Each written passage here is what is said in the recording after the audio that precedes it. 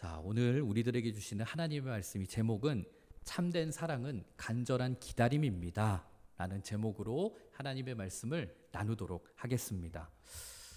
제가 사실 요한계시록 시리즈가 어른 예배랑 시작할 때 고민을 했어요. 요건 그냥 청소년부는 이번엔 좀 다른 시리즈로 갈까. 왜냐하면 저도 이거 부담스럽고 저도 공부를 해가면서 말씀을 나눠야 되기 때문에 그렇습니다. 그래서 정말 토요일 밤마다 붙잡고 씨름하면서 이제 공부해서 오는데 어제 밤까지만 해도 되게 고민이 많았어요. 진짜 너무 어렵다. 이걸 내가 10주 동안 해나갈 수 있을까. 근데 오늘 마지막에 이제 말씀을 마무리하고 이제 좀 이렇게 저도 쭉 훑어보면서 어쩌면 우리 친구들에게 꼭 필요한 말씀이기 때문에 하나님께서 전하게 하셨을 수도 있겠다, 그런 생각이 들었어요. 여러분들이 다른 어디 가서도 요한계시록 들을 일이 없을 텐데 여기서라도 한번 귓가에라도 맴돌다가 갔으면 그런 마음이 저에게 있습니다. 여러분들이 오늘 이 요한계시록에 대한 말씀도 조금 이해가 안 가더라도 어려운 이야기는 아니거든요. 여러분이 학교에서 수업 집중하는 정도만 하면 충분히 이해할 수 있습니다. 자, 오늘 어른들이랑 같이 우리는 요한계시록 5장의 말씀을 함께 나눌 텐데요. 자, 오늘 이 본문을 여러분들이 지금 눈으로 글로 읽어서 그렇지만 사실 이 장면은 가장 아름다운 천상의 예배가 어떠한 모습인가, 그것을 보여주는 그런 장면이에요.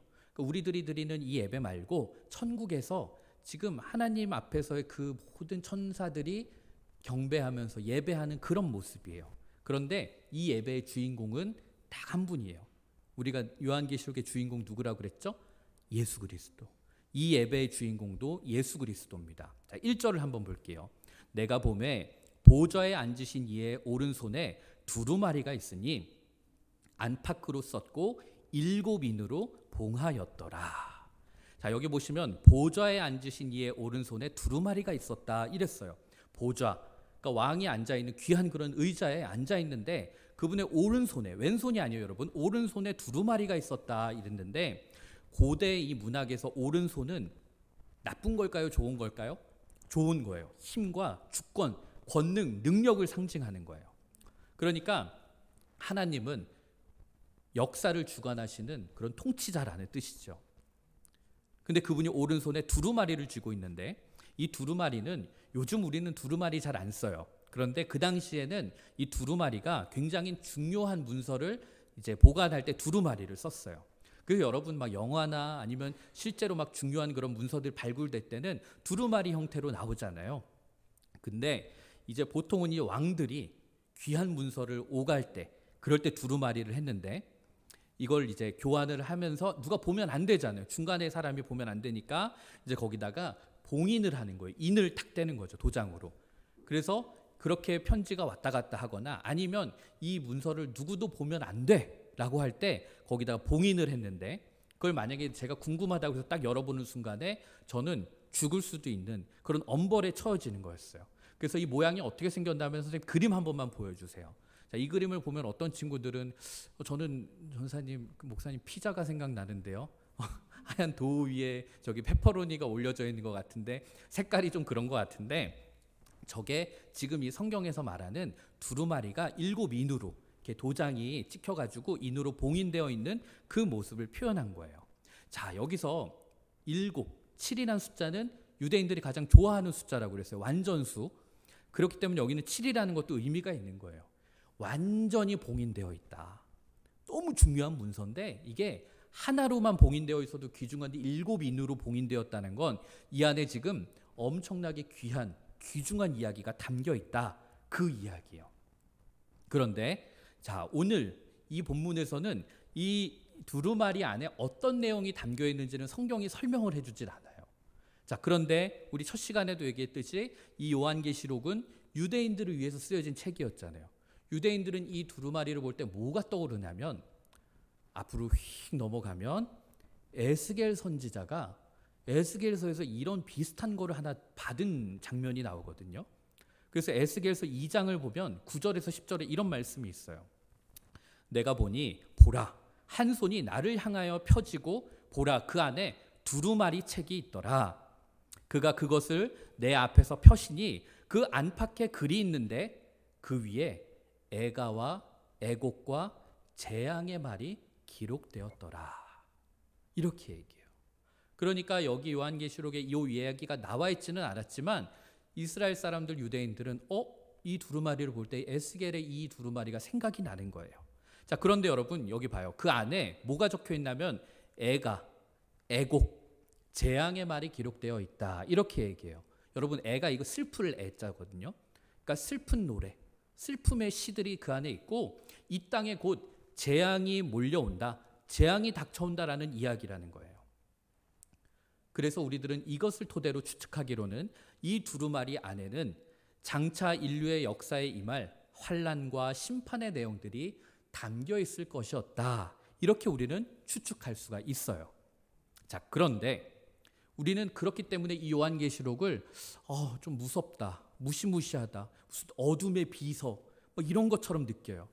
마치 노스트라다무스가 얘기한 인류 종말에 대한 이야기들. 근데 여러분 이것을 우리는 무섭다, 무시무시하다라고만 받아들일 수 없는 이유는 여기서 말하는 이 심판은 우리를 향한 심판이 아니에요. 하나님의 교회를 핍박하고 하나님께 대항하는 하나님 나라와 정반대의 세력에 있는 자들을, 그런 어둠의 권세들을 하나님께서 마지막 때에 심판하시겠다라는 그 의미인 거예요. 그런데 이 두루마리 안에 담겨있는 이 이야기들이 봉인이 되었기 때문에 풀리지 않아요. 그런데 이 봉인, 이 인으로 돼 있던 게 딱 뜯어지고 열리는 그 순간에 이 안에 담겨있는 이야기가 이제 현실의 세계로 쫙 풀리게 되는 그 이야기인 거예요. 그런데 문제가 있죠. 이 봉인을 누군가 이제 열어야 되는데 아무나 열 수가 없는 거예요. 이 요한이 지금 환상 가운데 근데 이걸 열 사람이 없네. 이때 천사가 와서 옆에 와서 외쳐요. 2절을 한번 볼게요. 또 봄에 힘 있는 천사가 큰 음성으로 외치기를 누가 그 두루마리를 펴며 그 인을 떼기에 합당하냐. 천사가 지금 요한이 환상 가운데 이제 보고 있는데 천사가 옆에 온 거예요. 그리고 나서 누가 그 인을 뗄 수 있겠니? 그 봉인된 인을 뗄 자는 아무도 없어. 하늘 위에도 없고 땅 위에도 없고 땅 아래도 없어. 그 어디에도 이 두루마리에 담겨있는 그 인을 풀 수 있는 자는 없어. 이 얘기를 하는 거예요. 그러니까 여러분 사도 요한이 어떻게 하냐면 오늘 성경을 보면 통곡을 했다라고 얘기해요. 4절을 한번 볼게요. 그 두루마리를 펴거나 보거나 하기에 합당한 자가 보이지 아니하기로 내가 크게 울었더니. 이게 열려야 되는데 이걸 열 수 있는 자가 없는 거예요. 그러니까 이 사도 요한이 너무 안타까워가지고 그 자리에서 이 환상 중에서 펑펑 우는 거죠. 왜 우냐? 왜냐하면 이 세상을 심판하고 정말 이 악한 세력들, 그리고 하나님의 백성들을 구원해야 될 그 일들이 펼쳐져야 되는데 이것을 행할 수 있는 자가 없는 거예요. 그러니까 사도 요한이 펑펑 우는 거예요. 왜냐하면 이게 펼쳐지질 않으면 여전히 이 세상은 악한 자들이 득세하고 하나님을 믿는 백성들은 계속 고난을 받게 되는 거예요. 하나님이 이 땅에 가져오실 새 하늘과 새 땅이 오지는 못하는 거예요.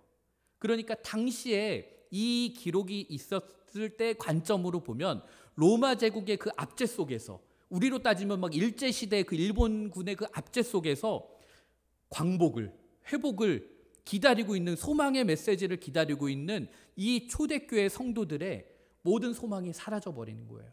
초대교회의 성도들은 이 두루마리가 쫙 펼쳐져서 하나님을 반대하는 세력들이 쫙 심판을 받게 되는 날이 오길 기대하는데 이 날이 오게끔 할 수 있는 이 두루마리를 쫙 펴낼 사람이 없는 거예요.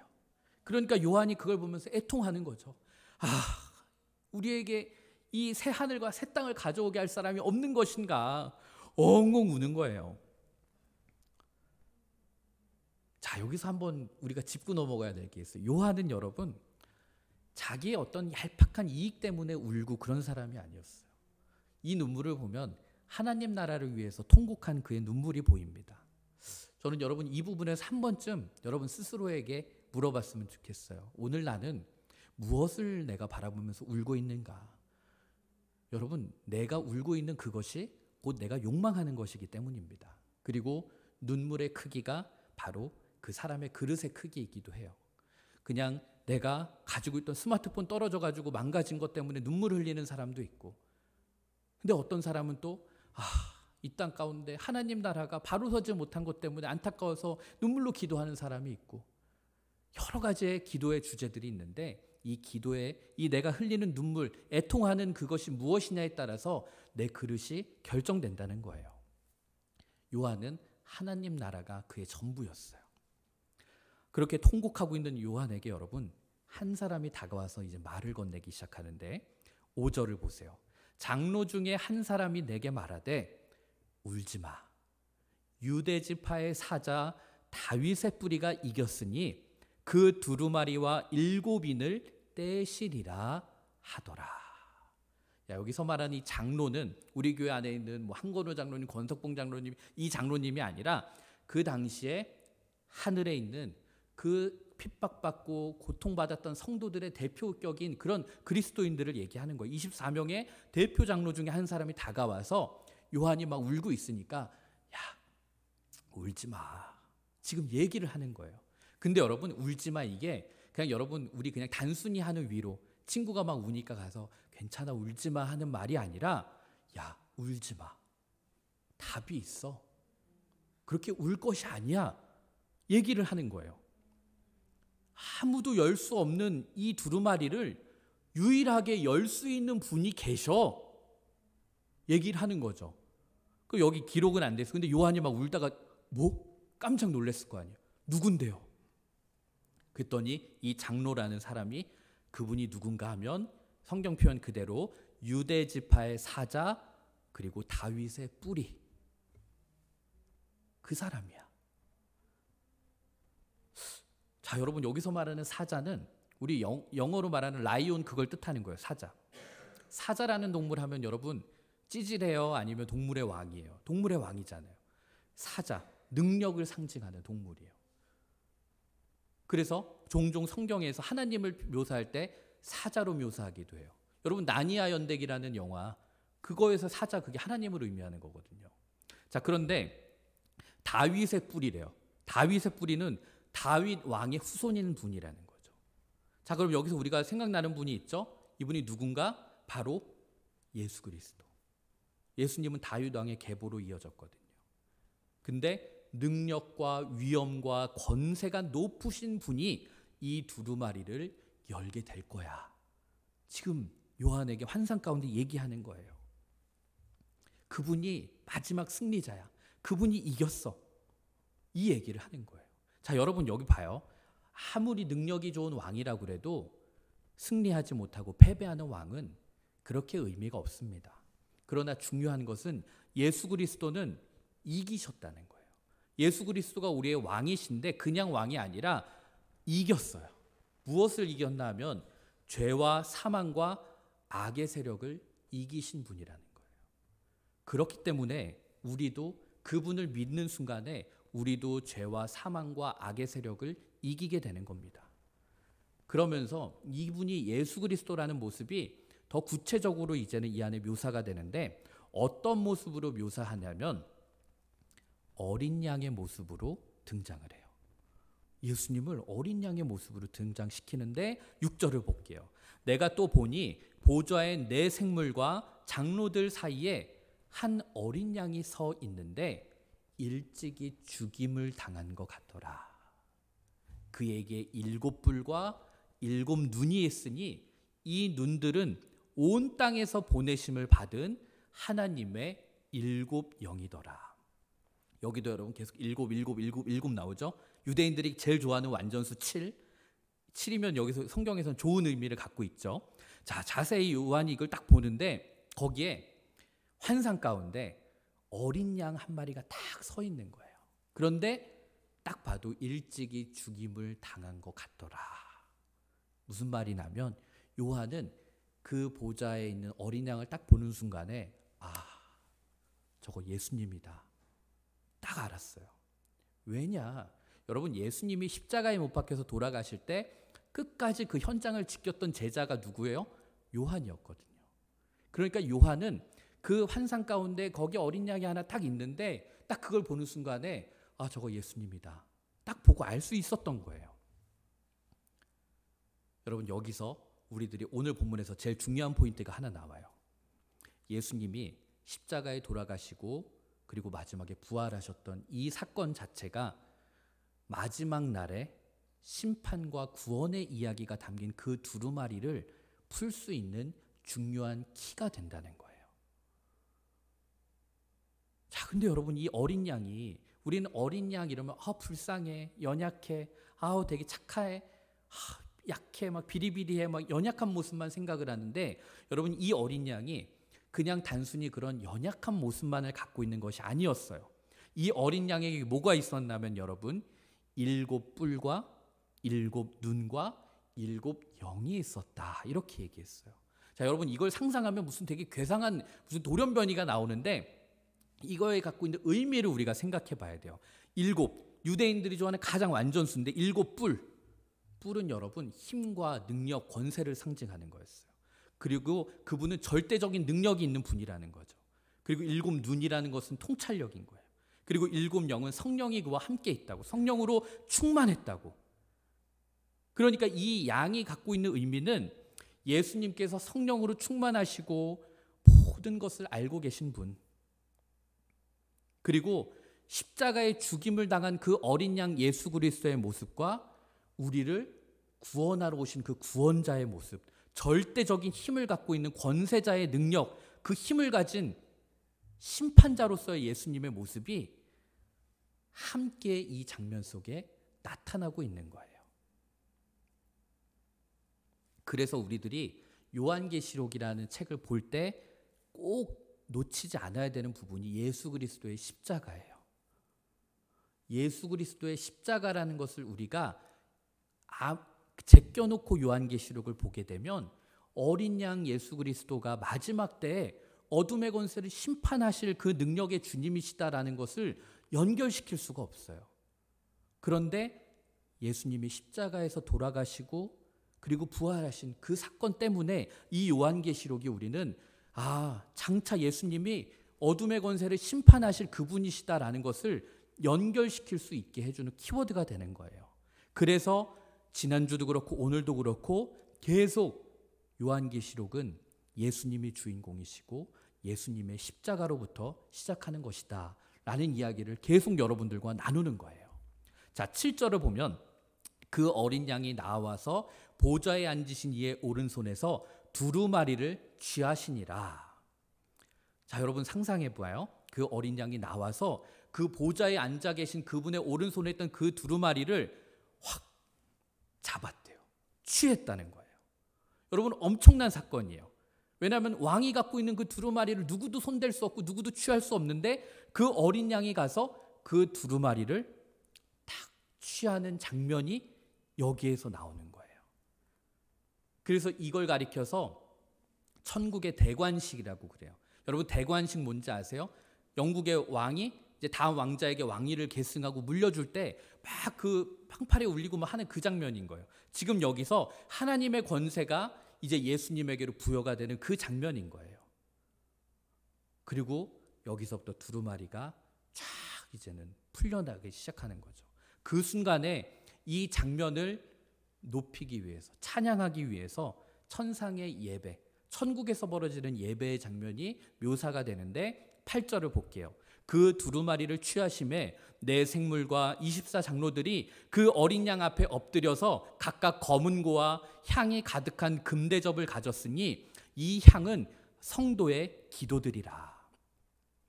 여러분 여기서 네 생물은 천사들 중에서 제일 높은 천사들을 의미하는 거고 24장로들은 구원받은 하나님의 백성들 가운데서도 대표인 영적인 권위자들을 의미하는 거예요. 그 대표자들이 다 나와서 지금 예수 그리스도를 향해서 경배를 올려드리는 거예요. 찬양을 올려드리는 거예요. 그런데 여기서 신기한 아이템 하나가 여러분 등장해요.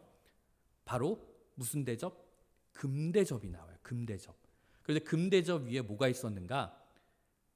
향이 가득했대요. 어떤 향이 가득했나 하면 그 성도의 기도가 그 안에 가득했다. 요한은 환상 가운데 지금 그 장면을 보는 거예요. 여러분 이걸 보면 우리는 알 수 있죠. 우리가 하나님 앞에 많은 기도를 드렸을 거예요. 여러분들도 하나님 앞에 크고 작은 여러 가지 기도들을 다 했는데 기도 다 응답 받았어요? 하나님이 그 기도 하나하나 다 너희는 이렇게 할 거야, 내가 여기 응답해 줄게, 이런 말 했어요? 그런 거 없는 게 더 많아요. 그럼 내가 한 기도들은 다 의미가 없나? 그냥 허공에 맴도는 기도들이었나? 땅바닥에 떨어졌나? 하나님은 내 기도를 외면하셨나? 그게 아니라는 거예요.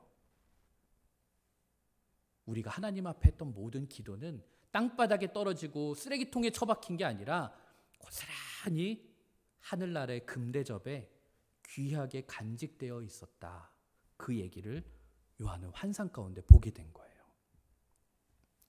그리고 예수님이 그 두루마리, 봉인되어 있던 두루마리를 풀고 보좌에 오르시면서 제일 먼저 일어난 사건은 그동안 쌓이고 쌓였던 모든 성도들의 기도가 쫙 풀리는 그 모습을 요한은 지금 얘기하고 있어요.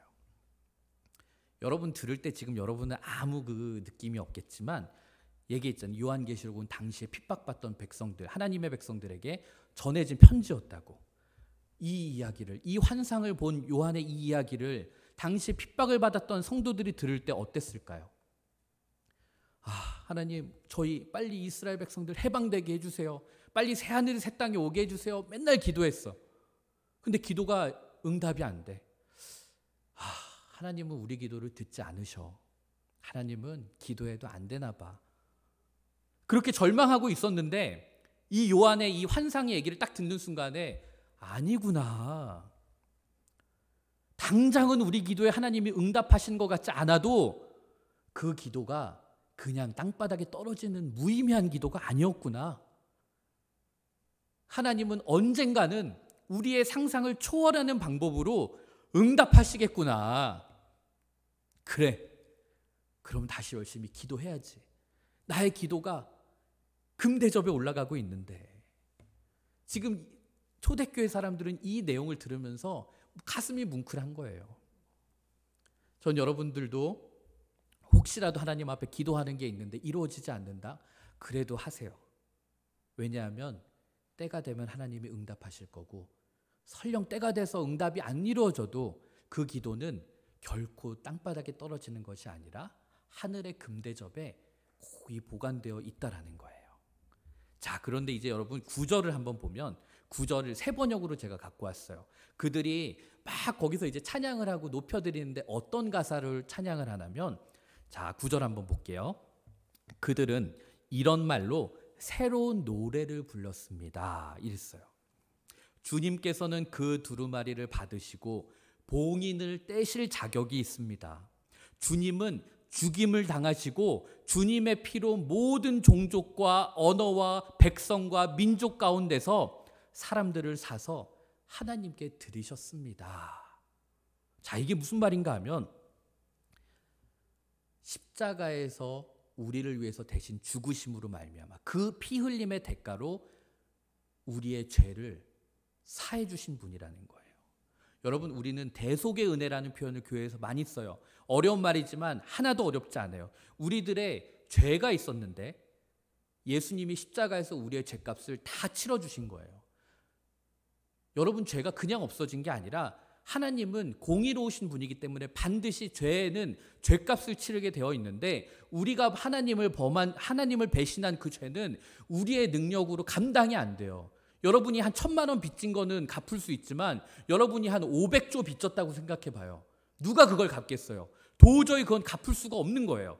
근데 우리가 하나님 앞에 지은 죄라는 것은 도저히 우리가 극복할 수 없는, 감당할 수 없는 죄인데, 예수님의 피값이, 예수님의 보혈로가 아니고서는 그 죄를 우리들이 해결할 수 없는데, 우리는 어린 양의 피로, 예수 그리스도의 보혈로 말미암아 우리는 깨끗해질 수 있었다. 우리가 착한 일을 해서가 깨끗해진 게 아니에요. 예수님의 그 보혈이 우리를 깨끗하게 하신 거예요. 왜? 왜 예수님은 우리를 뭐 그렇게 예쁜 짓 한 것도 아닌데 우리가 갖고 있는 모든 죄를 깨끗하게 씻겨주셨는가? 그 목적이 10절이에요.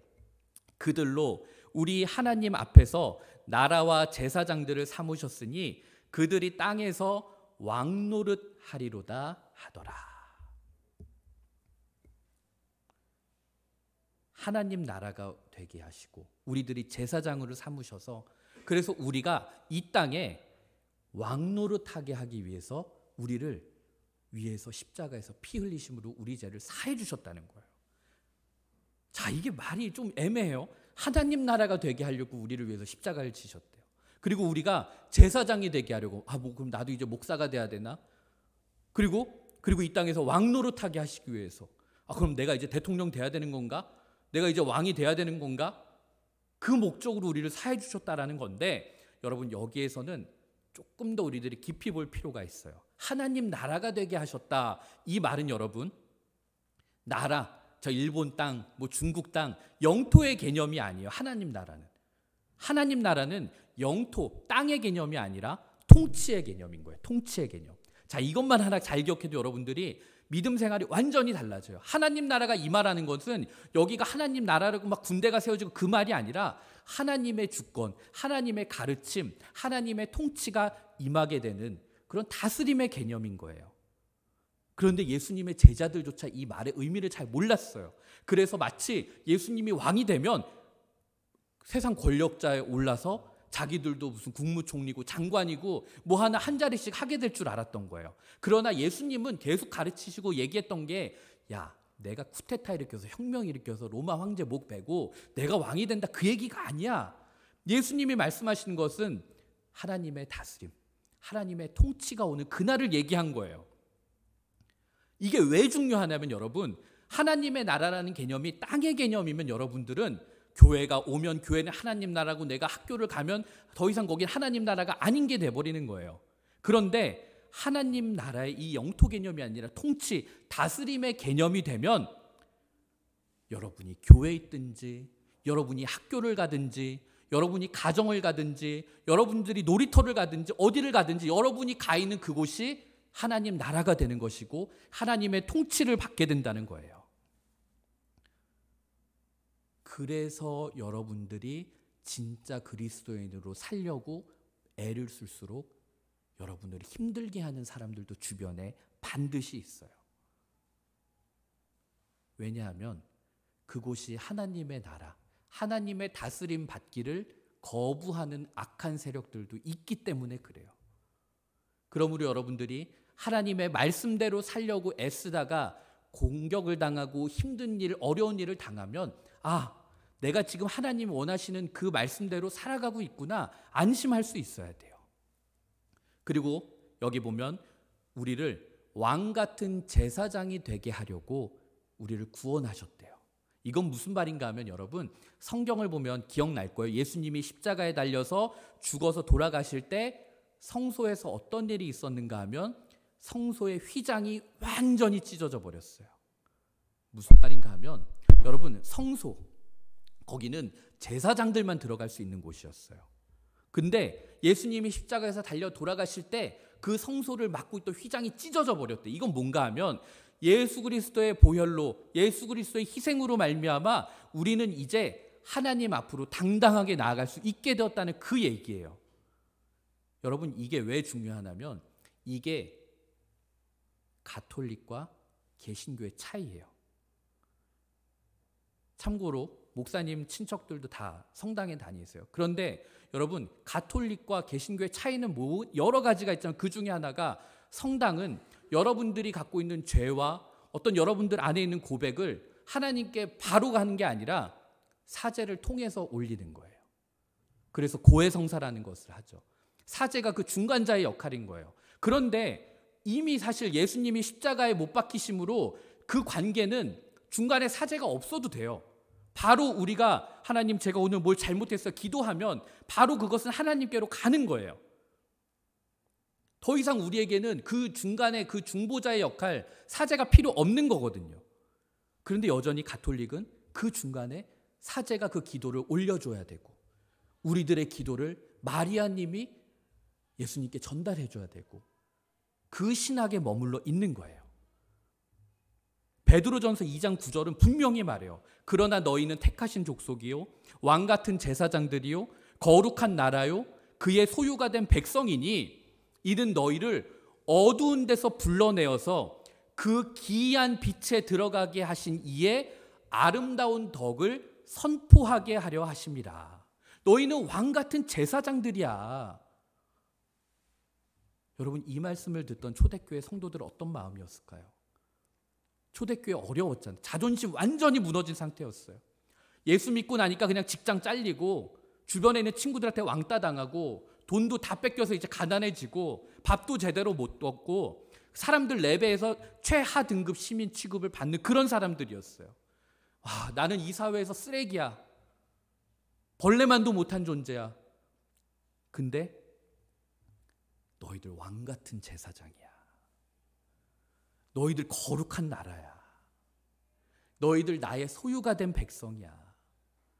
그러니 너희들 기죽지 마. 너희들 당당하게 살아. 어깨 펴고 살아. 하나님은 성경을 통해서 그 얘기를 주고 계신 거예요. 이건 그리고 오늘 우리들에게도 똑같이 주는 말씀입니다. 여러분들이 믿음 생활하고 예수 믿기 때문에 겪는 어려움들이 분명히 있을 거예요. 때로는 친구들이 야, 너 아직도 교회 다녀? 이런 말 듣기도 할 거예요. 예수 믿는 것 자체가 수치스러울 때가 있어요. TV에 목사라고 나오는 사람들이 너무 부끄러운 사람들이 있어요. 그럼에도 불구하고 여러분 너무 위축되지 말라는 거예요. 하나님이 너희들은 내가 왕 같은 제사장으로 세운 사람들이야. 말씀하시는 거예요. 이 끝부분에 가면 여러분 11절 12절을 한번 볼게요. 내가 또 보고 들음에 보좌와 생물들과 장로들을 둘러선 많은 천사의 음성이 있으니 그 수가 만만이요 천천이라. 큰 음성으로 이르되 죽임을 당하신 어린 양은 능력과 부와 지혜와 힘과 존귀와 영광과 찬송을 받으시기에 합당하도다 하더라. 여기 셀 수 없는 천사들이 쫙 있대요. 요한은 환상 가운데 보는 거예요. 요한이 뭐 하나만 다 셌겠어요, 여러분? 여기 보면 천천이요, 만만이요 천천이라 이랬잖아요. 이거 어떤 의미냐면 진짜 거기 인원이 10,000명이고 1,000명이고가 아니라 야, 나 진짜 너 기다리느라고 300시간 기다렸어. 이러면 300시간 진짜 기다린 거 아니잖아요. 똑같은 거예요. 엄청 오래 기다렸어. 그 얘기잖아요. 여기도 마찬가지예요. 요한이 딱 보니까 엄청나게 많은 수의 천사들이 쫙 둘러싸여 있는 거예요. 셀 수 없이 많다. 근데 그들이 새 노래로 찬양을 하는 거예요. 왜 새 노래라는 표현을 썼냐면 요한이 그동안에 들어왔던 천상의 찬송들과는 비교가 안 되는 거예요. 어마어마한 찬송이 환상 가운데 울려 퍼지니까 새 노래라고 표현했는데 그 찬양의 주인공이 누군가 하면 어린 양 예수 그리스도예요. 참고로 여러분 이 부분을 말씀을 읽다가 이거구나 하고 한 음악가가 충격을 받아요. 그리고 나서 그가 곡을 쓰는데 그 곡이 핸델의 오라토리오 메시아예요. 할렐루야. 그 곡 알죠? 할렐루야, 할렐루야. 그게 여기서 인사이트를 얻은 거예요.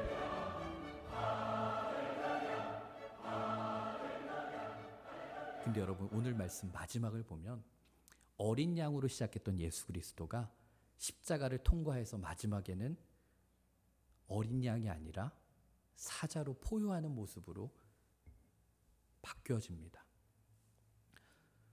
사람들은 다윗 왕같이 그런 우리 이스라엘 백성들을 구원해줄 획기적인 리더가 등장해가지고 로마 제국을 몰아내고 우리 이스라엘 제국을 다시 한번 세워지기를 원했어요.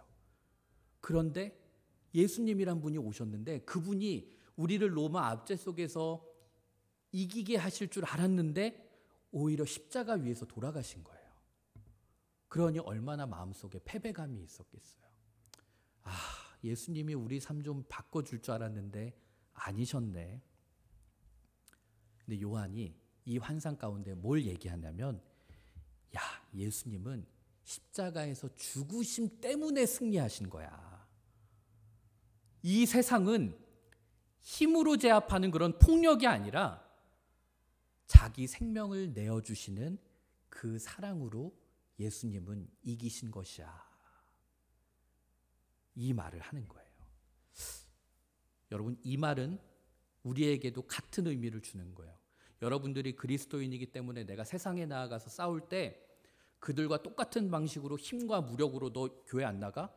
교회 다녀. 야, 너 교회 안 나간 애들은 다 죽었어. 힘과 이런 것으로 싸우는 게 아니라 희생과 때로는 죽음으로 세상을 이기는 그런 싸움을 하면서 살아야 된다. 그 얘기를 하는 거예요. 그래서 오늘 위에 설교 제목이 마라나타잖아요. 마라나타.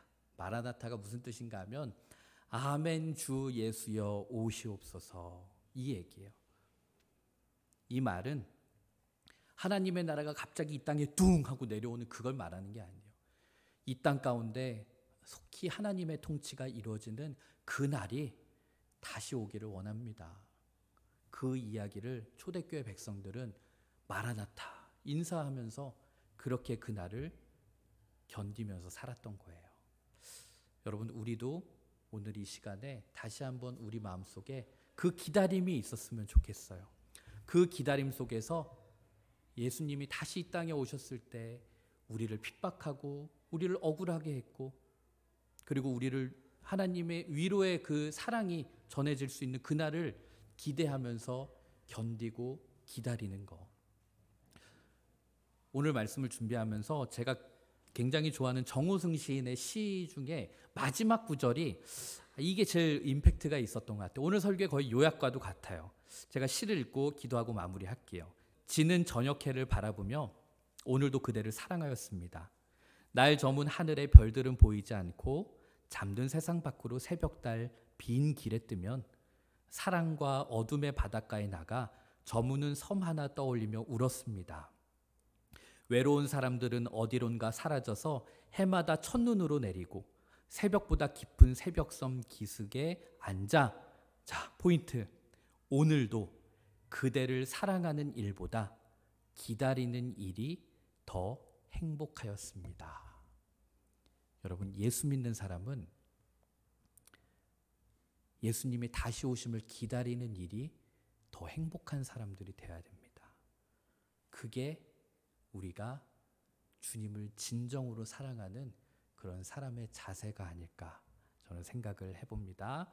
오늘 말씀 놓고 여러분들 마음 가운데서도 나는 정말 주님의 다시 오심에 기다림이 있는가 다시 한번 생각해보고 정말 주님의 오심을 기다리는 하루하루가 행복해지는 저와 여러분이 되었으면 좋겠습니다. 기도하겠습니다.